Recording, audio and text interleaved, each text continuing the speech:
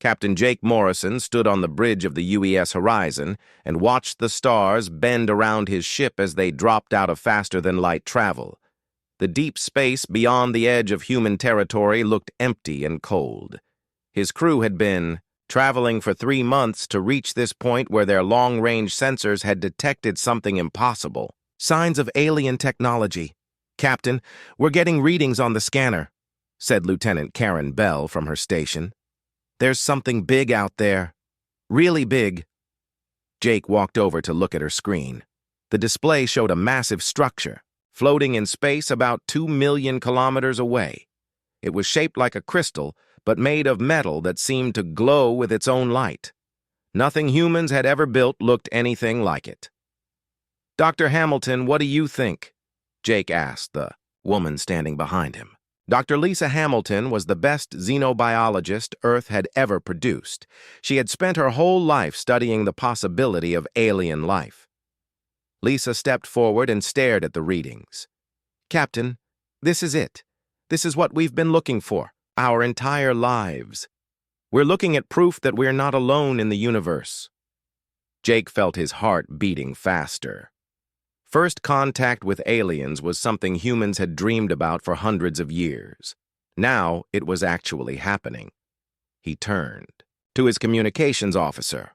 "Lieutenant Davis, send out a standard first contact message. Use all frequencies." "Yes, sir," Davis replied and began transmitting. The message was simple. It said that humans came in peace and wanted to talk.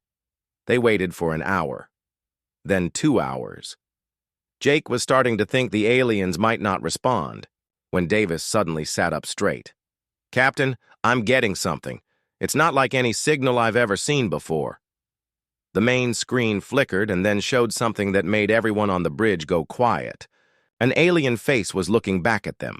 The being had gray skin that looked almost like stone. Its eyes were large and completely black. When it spoke, the words came through the ship's computers as perfect English. "I am High Commander Zethkar of the Vaeltran Collective. You are the species called humans from the planet Earth. We have been watching your expansion into space." Jake stepped forward. "I'm Captain Jake Morrison of the United Earthship Horizon. We come in peace and hope to establish friendly relations with your people." The alien's face showed what might have been amusement. "Your peaceful intentions are noted. We wish to learn more about your species. Will you permit us to board your vessel?" "Of course," Jake said. "We would be honored to meet you in person." An hour later, Jake and his senior staff waited in the main docking bay as an alien shuttle approached.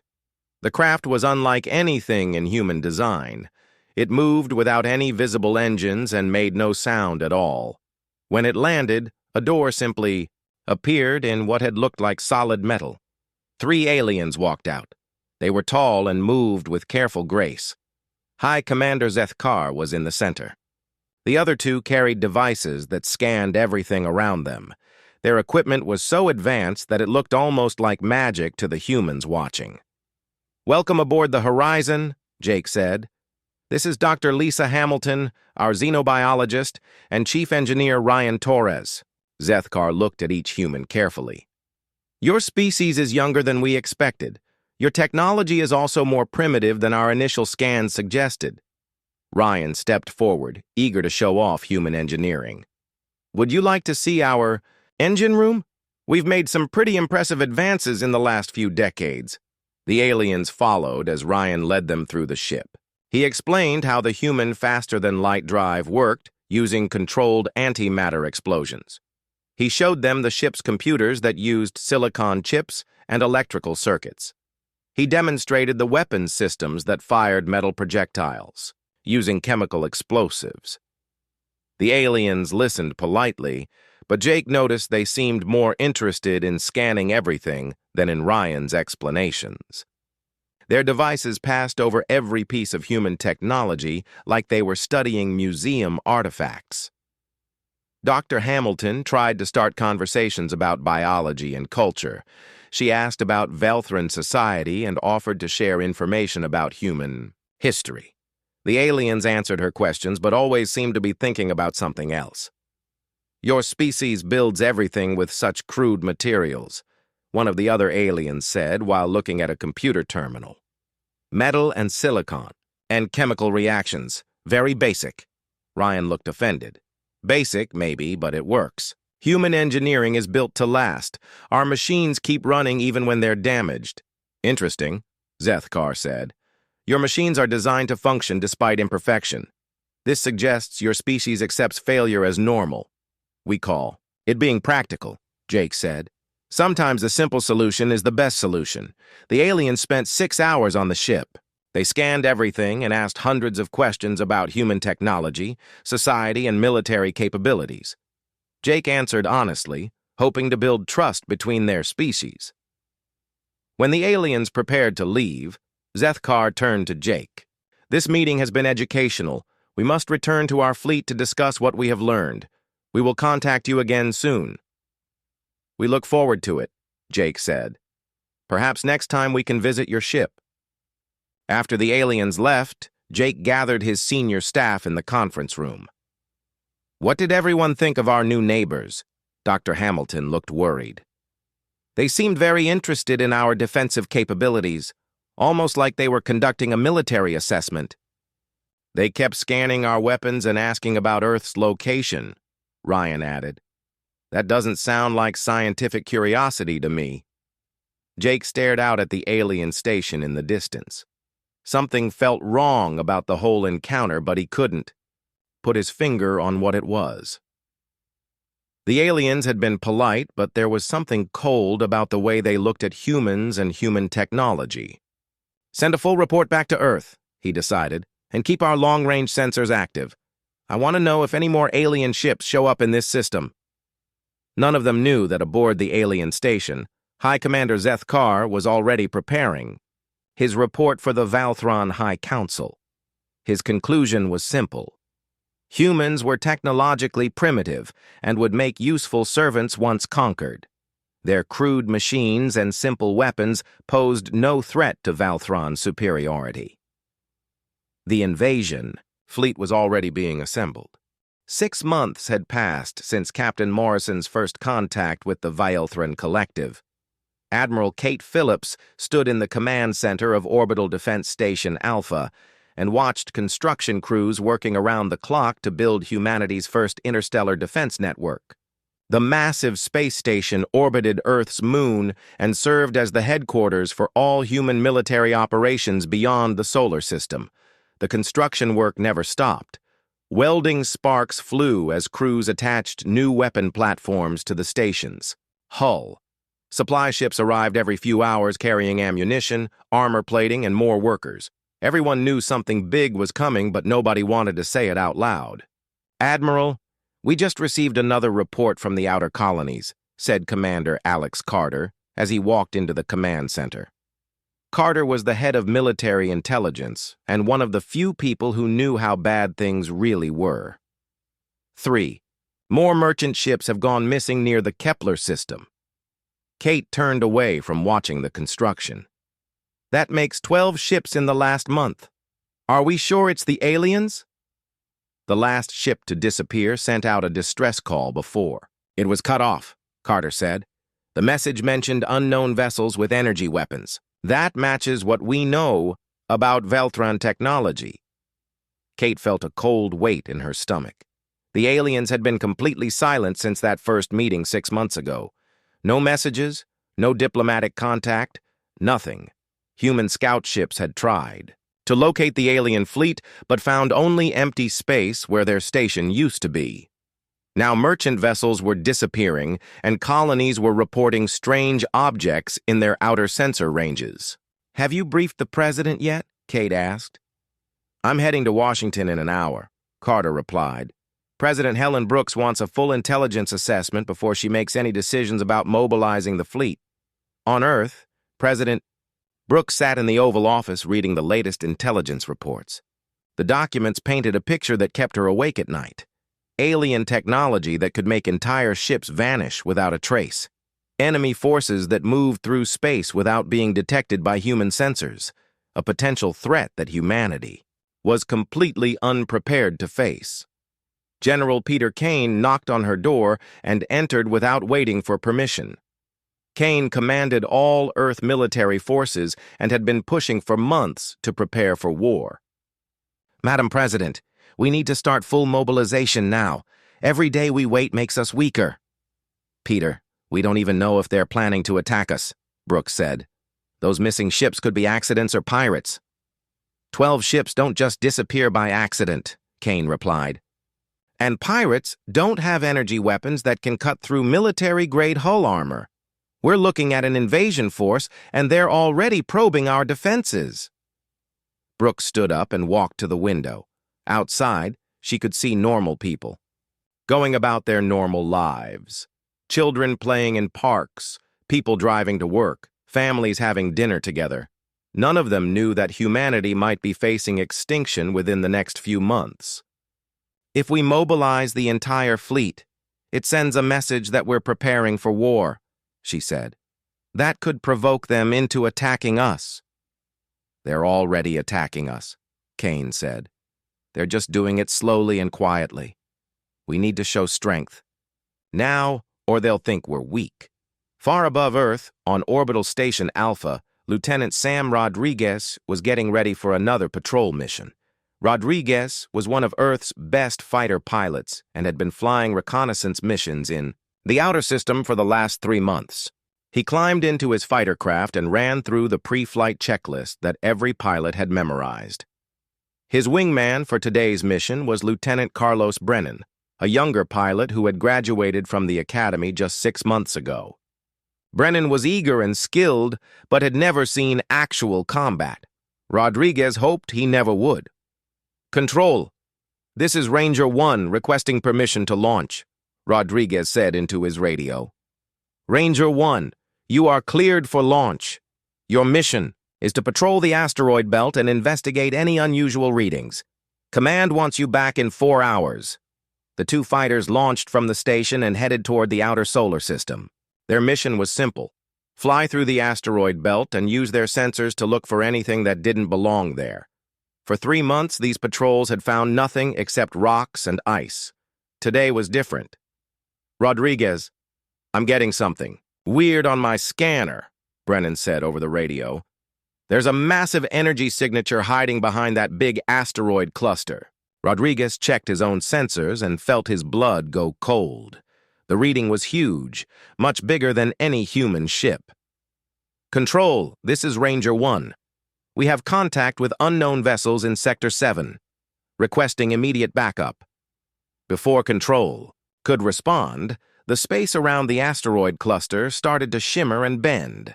Suddenly, there were alien ships everywhere. Dozens of them, each one the size of a human battleship. They had been hiding using some kind of technology that made them invisible to human sensors. "This is High Commander Zethkar to the human fighters," a voice said over the radio. "You will return to your base and deliver this message. The Vielthran Collective claims dominion over this star system. Your species has 24 hours to surrender unconditionally." Rodriguez stared at the alien fleet. Each ship looked like it was made of liquid metal that flowed and changed shape. Weapons ports opened along their hulls like eyes opening. The energy readings from their weapons were off the scale. "Ranger 1 to base. We need the entire fleet out here right now," Rodriguez said into his radio. "The aliens are here, and they're not here to talk." On Earth, President Brooks received the news 15 minutes later. She was in an emergency meeting with her military advisors when General Kane burst through the door. "Madam President, we have a situation.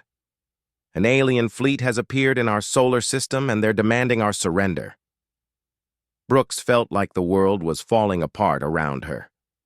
"How many ships?" "At least 50, possibly more. Our scouts couldn't get close enough for an accurate count before the aliens ordered them to leave." "What are our options?" Brooks asked. "We fight or we surrender," Kane said simply. "Those are the only choices they've given us." Back on Orbital Station Alpha, Admiral Phillips was coordinating the rapid deployment of every combat ship in the Earth fleet. Crews ran through the corridors as ships prepared for launch. The docking bays were chaos as fighters and bombers scrambled to get into space. Sergeant Nina Walsh was leading her Marine platoon onto a transport ship when the alert came through. Walsh had been a Marine for 8 years and had fought in conflicts on 3 different worlds. She had never faced aliens before, but she knew how to fight. "Listen up," she told her Marines as their transport headed for the outer system. "We don't know what we're up against, but we know they're not friendly. Stay calm, follow orders, and remember your training." The young Marines nodded, but Walsh could see the fear in their eyes. They were heading toward an enemy that had technology, beyond human understanding. Weapons that could destroy ships without leaving wreckage. Armor that could withstand anything humans could throw at it. "Sergeant, what if our weapons can't hurt them?" asked Private Johnson, barely 18 years, old and on his first deployment. "Then we'll find another way to hurt them," Walsh replied. "Humans don't give up. That's what makes us human." The first battle was about to begin, and everyone knew that humanity was facing something that could wipe them out completely. But nobody was talking about surrender. Earth fleet ships moved into position around the alien fleet and waited for orders. President Brooks made her decision. "General Kane, send this message to the alien commander. Tell them that humanity refuses to surrender. Tell them that if they want Earth, they'll have to take it." High Commander Zethkar received the human response aboard his flagship. He looked at the primitive human ships surrounding his fleet and felt something like amusement. Their weapons were chemical explosives and metal projectiles. Their armor was simple steel and ceramic. Their computers used electrical circuits instead of quantum matrices. "Begin the attack," he ordered. "Show these primitives what real technology can accomplish." The war between humanity and the Velthron Collective was about to begin. The war had been going badly for humanity for 3 weeks. Admiral Kate Phillips stood on the bridge of her flagship, the UES Defiance, and watched another human colony die on the main screen. The aliens called their ultimate weapon a reality disruptor. It didn't just destroy things, it made them stop existing completely. The weapon looked like a beam of twisted light that bent space itself. When it hit a human ship, the vessel simply vanished. No explosion, no debris, no radiation. Signature. One moment there was a battleship full of brave men and women. The next moment there was empty space where it used to be. "Admiral, we're receiving a distress call from the Mars orbital stations," reported Lieutenant Commander Susan Hayes from the communications station. "The Velthron fleet is moving toward the inner system." Kate felt her heart sink. The aliens had already destroyed the outer colonies. 12 human worlds had been wiped out in the past 3 weeks. Now they were coming for Mars, which meant Earth would be next. "Signal all ships," Kate ordered. "We make our stand here. If we let them get past Mars, there's nothing between them and Earth." The human fleet was much smaller than it had been 3 weeks ago. Half their ships had been destroyed or simply erased from existence. The survivors were damaged and running low on ammunition. But they were still fighting because giving up was not something humans knew how to do. Lieutenant Sam Rodriguez sat in his fighter cockpit and watched the Velthron fleet approach through the asteroid belt. The alien ships moved like flowing water, changing shape and direction without warning. Their hulls seemed to be made of liquid metal that reflected no light. His wingman, Carlos Brennan, was flying beside him in a fighter that had been patched together from spare parts. Both of their craft had been damaged in previous battles, but the engineering crews had managed to keep them flying. "Rodriguez, look at the size of their flagship," Brennan said over the radio. "That thing is bigger than our entire space station."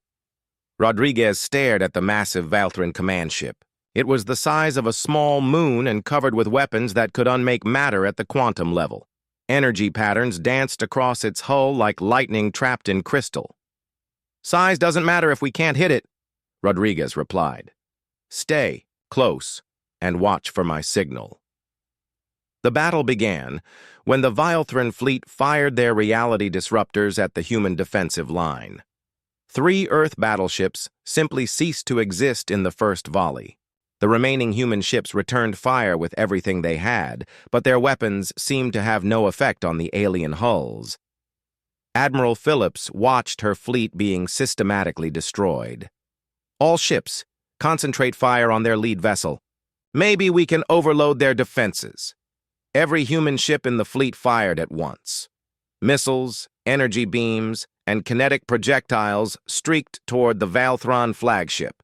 The barrage was massive enough to destroy a small planet. When the explosions cleared, the alien ship was completely undamaged. "Admiral, their shields are adapting to our weapons," reported the tactical officer. "Every time we fire at them, they become more resistant to that type of attack." On Earth, Dr. Lisa Hamilton was working frantically in her laboratory with physicist Dr. Oliver Grant. They had been studying captured Valthran technology for weeks, trying to find some weakness they could exploit. "Look at this," Oliver said, pointing to readings on his computer screen. "Their technology is incredibly advanced, but it's also incredibly complex. Every system depends on thousands of other systems working perfectly."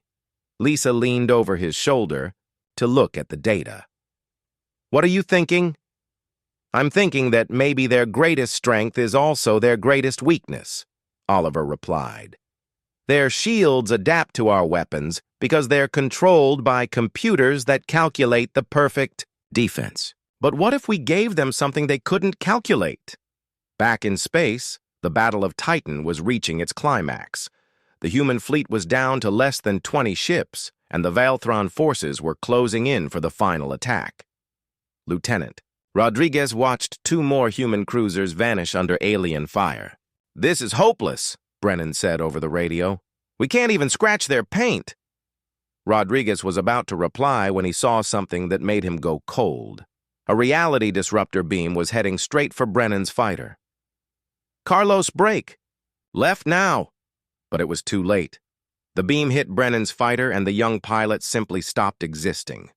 No explosion, no wreckage, no final words. One moment, Rodriguez was talking to his friend and wingman. The next moment, he was alone in space. Something snapped inside Rodriguez's mind. He had lost too many friends in this war. He had watched too many good people die fighting an enemy they couldn't hurt. The fear and frustration and rage built up inside him until he couldn't think straight anymore. "This is Rodriguez to all fighters," he said into his radio. "Follow me in." Instead of retreating, Rodriguez turned his damaged fighter toward the massive Valthran command ship and pushed his engines to maximum power. Behind him, the surviving human pilots did the same thing. They had given up trying to win the battle. Now they just wanted to hurt the enemy as much as possible before they died. The alien point defense systems tried to stop the incoming fighters, but the human pilots were flying like madmen. They weaved between energy beams and reality disruptor, shots getting closer and closer to the alien hull. Rodriguez's fighter was falling apart around him, but he kept flying. Warning lights flashed on every panel, and his engines were running far beyond their safety limits. He could see the alien ship's hull getting bigger and bigger on his screen. "For Carlos," he whispered, and slammed his fighter directly into the Valthran command ship at full speed. The explosion was massive. Rodriguez's fighter was carrying experimental high-explosive warheads that had been designed to penetrate alien armor. When they detonated inside the command ship's hull, they tore through systems that had never been designed to handle that kind of crude kinetic damage. The Valthran flagship shuddered and began listing to one side. Explosions rippled across its hull as internal systems overloaded. For the first time in the war, humans had actually damaged an alien vessel. High Commander Zethkar felt his ship shaking around him and couldn't understand what was happening. His tactical officers were shouting reports about hull breaches and system failures. The primitive human fighters had somehow penetrated their defenses using nothing but speed and chemical explosives. "How is this possible?" he demanded. "Their weapons are inferior to ours in every way." "The humans are not fighting logically," his science officer replied. "They're sacrificing their own lives to damage us. Our defense systems are designed to counter rational military tactics. not suicide attacks. On Earth, General Peter Kane was receiving reports from the battle and making a decision that would change everything. The conventional approach was not working. Human technology was too primitive to match Valthran weapons in a direct fight. But maybe that was exactly the point. "Send new orders to all our forces," he told his staff. "From now on, we stop trying to fight them with advanced tactics. We go back to basics." Dr. Hamilton looked up from her research when Kane's orders came through. "Basics? What does he mean by basics?" Dr. Grant was staring at his computer screen with a strange expression on his face. "I think he means exactly what Rodriguez just did. Stop trying to be clever and start being human." The tide of the war was about to turn, but not because humanity had developed better technology. It was about to turn because humans were about to remember something that the aliens had never learned. Sometimes the simple solution really was the best solution, especially when the simple solution involved hitting your enemy as hard as possible with whatever you had available. The Velthrans had spent thousands of years perfecting the art of warfare through technology and calculation. They had never faced an enemy that fought with pure determination and a willingness to sacrifice everything for victory. Admiral Phillips received General Kane's new orders and smiled for the first time. In weeks, all ships, new tactical doctrine. Stop trying to outthink them and start trying to outfight them. Ramming speed, kinetic weapons only, and make every shot count. The humans were about to show the aliens what happened when you backed a species into a corner and threatened everything they cared about. The change in human tactics caught the Velthron forces completely off guard. For the first time since the war began, alien ships were taking damage, and alien commanders were feeling something they had not experienced in centuries of warfare: uncertainty. Sergeant Nina Walsh crouched behind a pile of rubble on the colony world of New Shanghai and watched Velthran patrol units moving through the ruins of what used to be the main settlement. The aliens had captured this world 2 weeks ago and declared it pacified. They were wrong. Walsh's Marine unit had been cut off from the evacuation ships when the colony fell. Instead of surrendering, they had gone underground and started a guerrilla campaign against the occupation forces.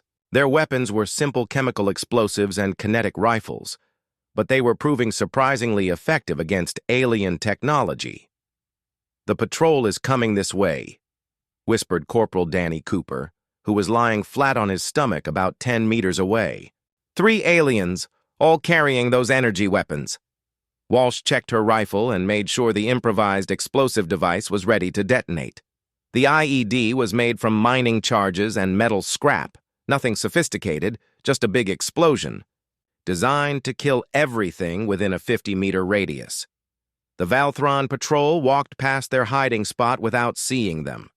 The aliens moved with the confidence of a superior species that had never faced serious resistance. Their energy shields could stop any advanced weapon, and their armor could deflect directed energy attacks. What they could not handle was old-fashioned human ingenuity and desperation. Walsh triggered the explosive device when the patrol was directly overhead. The blast sent metal fragments flying in every direction at supersonic speed. The alien shields, designed to deflect energy beams and plasma bolts, offered no protection against chunks of steel moving at 3,000 feet per second. All 3 aliens died instantly. Their advanced armor and personal force fields were useless against such a primitive attack. "That's the 4th patrol this week," Cooper said as they gathered up the alien weapons and equipment.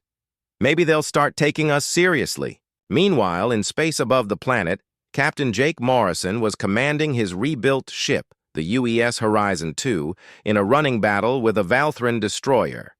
The alien vessel was faster and more heavily armed, but Morrison had learned some new tricks since the war began. "Engineering, I need more power to the kinetic cannons," he called down to Chief Engineer Ryan Torres. "Captain, the power conduits are already running at 120% capacity," Torres replied over the intercom. "Any more and we risk a complete system overload." "Then give me 130%, Morrison said calmly. "If the ship explodes, at least we'll take some aliens with us." The human approach to engineering had always puzzled the Valthrans. Human machines were designed to function even when damaged, even when pushed far beyond their rated capabilities. Alien technology was more efficient but also more fragile.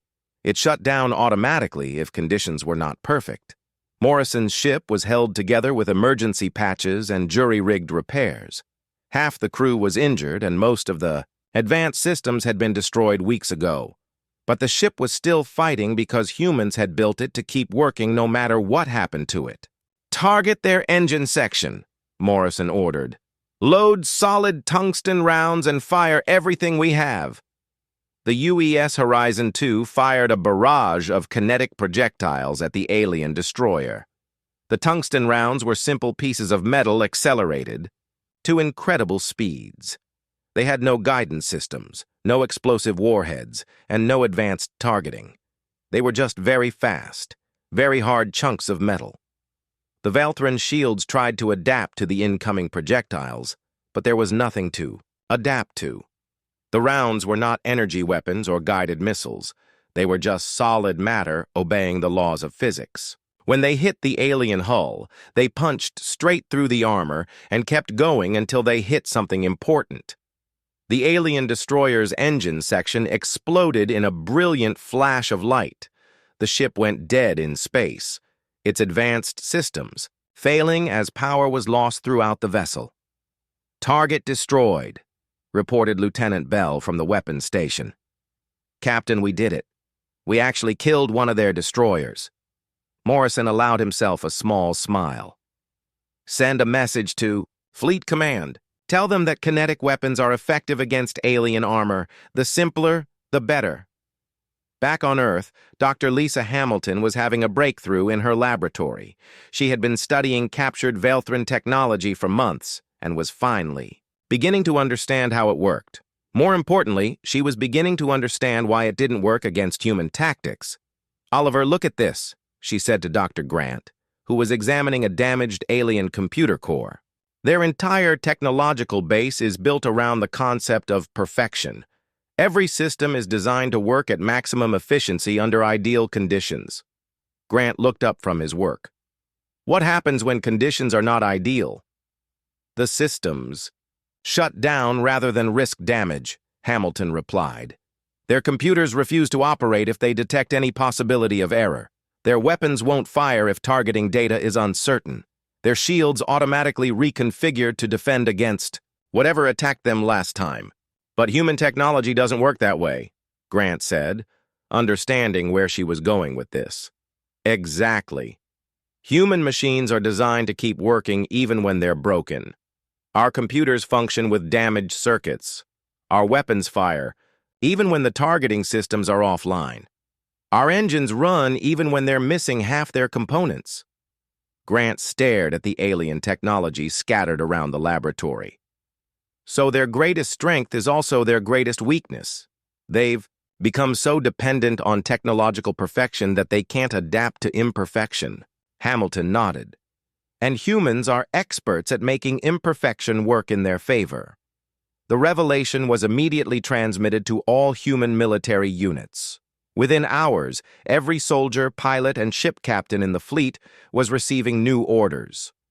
Stop trying to match alien technology with human technology. Instead, use human technology the way it was meant to be used, as a tool wielded by human determination and ingenuity. Sergeant Walsh received the new tactical guidelines while her unit was preparing to attack an alien supply depot. The message was simple: embrace the crude, the simple, and the unpredictable. "Change of plans," she told her Marines. "We're not trying to be clever anymore. We're going to be as primitive and brutal as possible." The attack on the supply depot was unlike anything the Vaelthrons had faced before. Instead of trying to infiltrate the facility or use precision weapons, the Marines simply drove a truck full of explosives straight through the front gate. The Valthran defenses, calibrated to detect sophisticated threats, completely missed the simple chemical bomb on wheels. The explosion destroyed the entire depot and killed dozens of alien personnel. More importantly, it sent a message that human forces were no longer playing by the rules of advanced warfare. High Commander Zethkar was in his command center when reports started coming in from across the war zone. Human forces were abandoning sophisticated tactics in favor of primitive assaults. Chemical explosives, kinetic weapons, and ramming attacks were causing massive damage to Valthron forces. "How are they doing this?" he demanded of his tactical staff. "Their weapons are inferior. Their technology is primitive. They should not be able to hurt us." His science advisor looked uncomfortable. "Commander, I believe the problem is that we have been fighting the wrong enemy. We prepared to battle an advanced technological civilization, but humans are not fighting us with technology." "Then what are they fighting us with?" "Will, sir. Pure, stubborn, illogical will. They are using their primitive technology not despite its limitations but because of them. They have turned their weaknesses into strengths." Zethkar stared at the tactical displays showing human forces advancing on multiple fronts. For the first time since the war began, the Valthron collective was losing ground to an inferior enemy. "What do you recommend?" "I recommend that we begin studying human psychology rather than human technology," the advisor replied. "If we are going to defeat them, we need to understand what drives them to fight when victory is impossible." But Zethkar was beginning to suspect that understanding human psychology might be the most difficult challenge the Valthron collective had ever faced. "How do you calculate the behavior of a species that charges into certain death with a smile on their faces? How do you predict the tactics of an enemy that treats impossible odds as just another problem to solve?" The war was entering a new phase, and for the first time, the technologically superior Valthrons were not sure they could win. The war had reached its final phase, and humanity was doing something that no species in Valthron history had ever attempted. Instead of defending their home territory, humans were attacking deep into alien space. Operation Last Stand was not a defensive action. It was an all-out assault on the Valthran home systems. Admiral Kate Phillips stood on the bridge of her new flagship, the UES Retribution, and watched her fleet approach the edge of Valthron. Space. The human armada looked nothing like the sleek vessels that had started the war 6 months ago.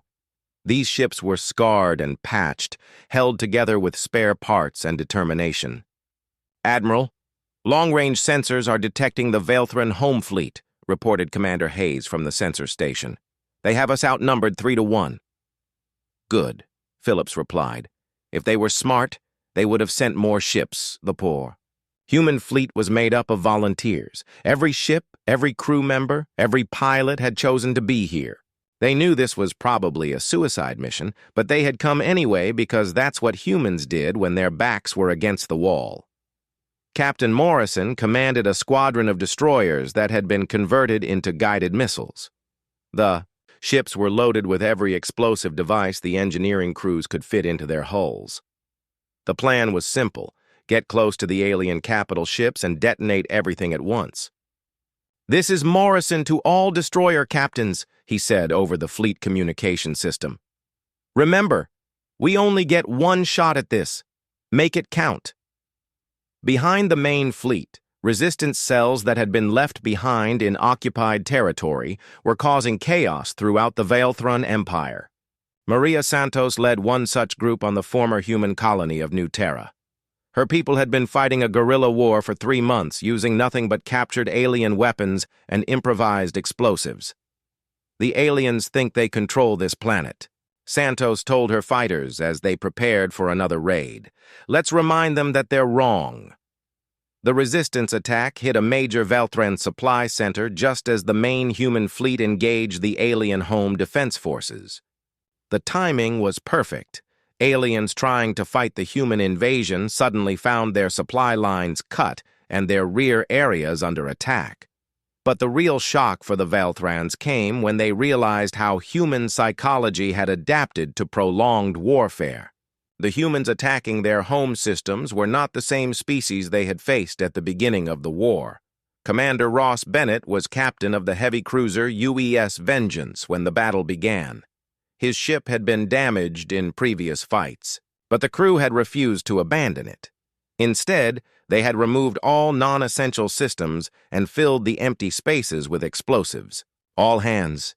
This is the captain," Bennett announced over the ship's intercom. "We're going to ram the alien flagship. It's been an honor serving with all of you." The crew responded with cheers rather than fear. They had lost too many friends and seen too many worlds destroyed to worry about their own safety anymore. All that mattered was hurting the enemy as much as possible before they died.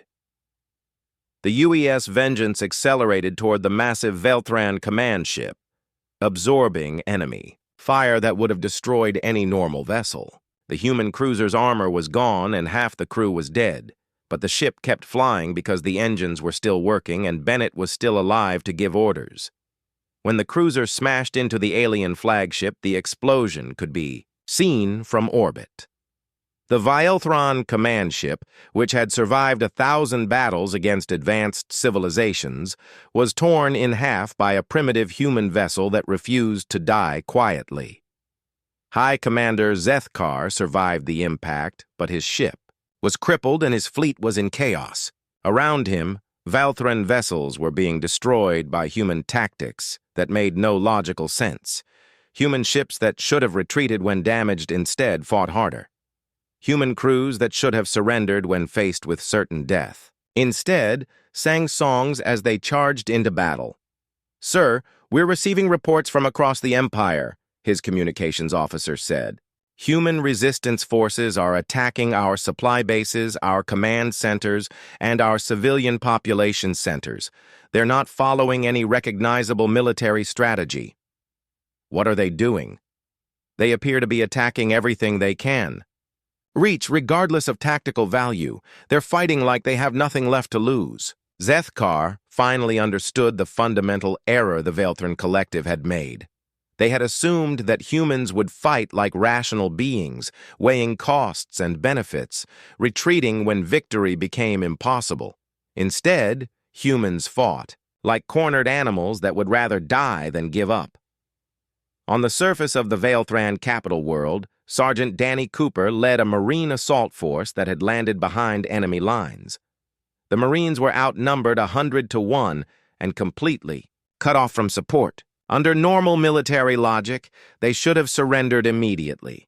Instead, they fought their way into the heart of the alien capital city using weapons that barely worked and equipment held together with tape and wire. Cooper's rifle had been damaged in the landing and only fired every third time he pulled the trigger. His body armor had holes in it, and his communications equipment was completely dead. None of that mattered, because Cooper and his Marines had long since stopped caring about odds or logic or survival. They were fighting because someone had to fight, and they happened to be the ones who were here. "Keep moving," Cooper shouted to his squad as they advanced through the alien city streets. "We don't stop until there's nothing left to shoot at." The Velthran civilians fled in terror as human Marines fought through their capital with the desperate fury of a dying species. The aliens had never seen anything like it. Soldiers who fought harder when they were wounded, who advanced when they should retreat, who smiled while charging into certain death. Dr. Lisa Hamilton, who had remained on Earth to coordinate the scientific analysis of alien technology, was receiving reports from the battle that confirmed her worst fears and greatest hopes. The humans were winning, but they were winning by becoming something that terrified even their allies. "Oliver, look at these psychological profiles from our combat units," she said to Dr. Grant. "Our people aren't fighting like soldiers anymore. They're fighting like forces of nature." Grant studied the data and felt a chill run down his spine. "Lisa, what have we become?" "We've become what happens when you back humanity into a corner and threaten everything we care about," she replied. "We've become the thing that nightmares are made of." The Velthran High Council, meeting in emergency session on their capital world, was facing a crisis they had never imagined possible. Their technologically superior forces were being systematically destroyed by an enemy that should have been defeated months ago. "The humans are not fighting to win. reported the military advisor. "They are fighting to cause us as much damage as possible before they die. This is not warfare as we understand it. This is something else entirely." "What do you recommend?" asked the council leader. "I recommend immediate surrender," the advisor replied. "We cannot defeat an enemy that gains strength from desperation and fights harder when faced with impossible odds." But even as the council debated surrender, human forces were advancing through their capital city. Sergeant Cooper and his Marines had fought their way to the government district and were preparing to assault the council chambers themselves. The war was almost over, but it was ending in a way that no one had predicted. The technologically primitive humans had not defeated the Veilthrons through superior firepower or advanced tactics. They had won by refusing to accept defeat, by treating certain death as just another obstacle to overcome, and by fighting with the kind of desperate courage that could not be calculated or predicted. High Commander Zethkar, floating in the ruins of his flagship, finally understood what made humans so dangerous. It was not their machines or their weapons or their technology. It was their absolute refusal to give up, even when giving up was the logical thing to do. The Veilthron Collective had ruled the galaxy for thousands of years by defeating enemies through technological superiority. But they had never faced an enemy that treated technological inferiority as just another problem to solve through determination and sacrifice. The humans were about to teach the galaxy a lesson that would be remembered for centuries. Sometimes, the most primitive weapon is the most effective one, especially when that weapon is wielded by a species that simply does not know how to quit. The final battle took place above the Veilthron capital world, under the light of 3 alien suns. Admiral Kate Phillips commanded what remained of the human fleet from the bridge of her battered flagship as they faced the last major collective, Armada.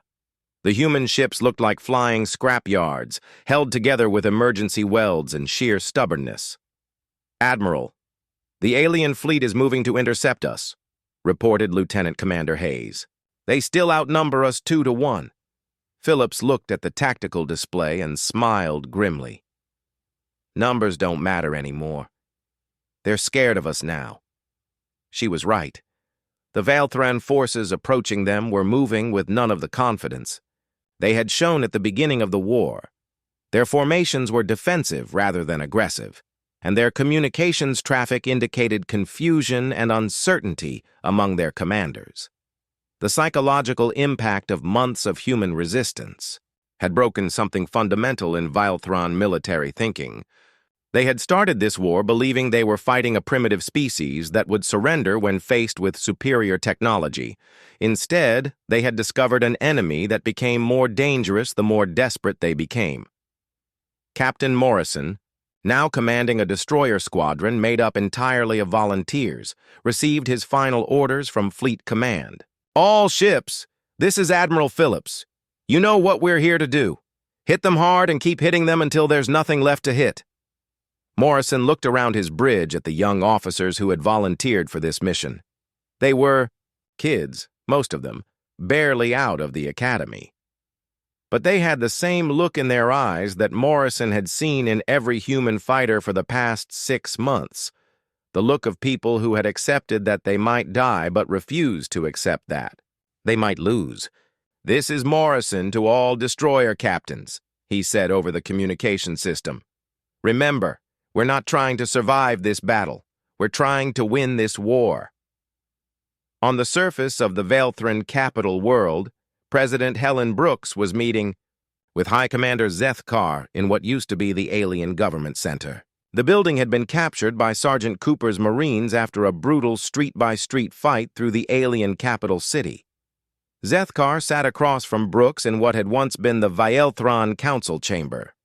The alien commander looked exhausted and defeated. His uniform was torn and dirty, and his usual composure had cracked under the pressure of fighting an enemy he couldn't understand.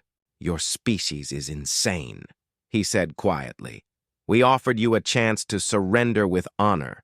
We could have allowed you to serve as our subjects. Instead, you chose to fight a war you could not win."